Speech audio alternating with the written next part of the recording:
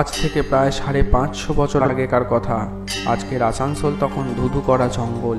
সেই জঙ্গলের পাশে 2-3টে বাড়ি নিয়ে একটি গ্রাম। সেই গ্রামের খুব গরিব পুরোহিত ছিলেন কাঙালিচরণ চক্রবর্তী।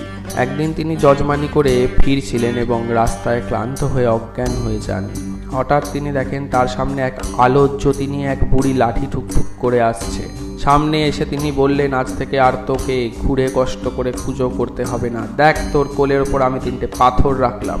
এই একটি পাথর আমি ঘাগর বুড়ি, আর পাশে পঞ্চানন ও আর এক পাশে অন্নপূর্ণা। 3জনকে পুজো কর, প্রতিষ্ঠা কর মন্দির।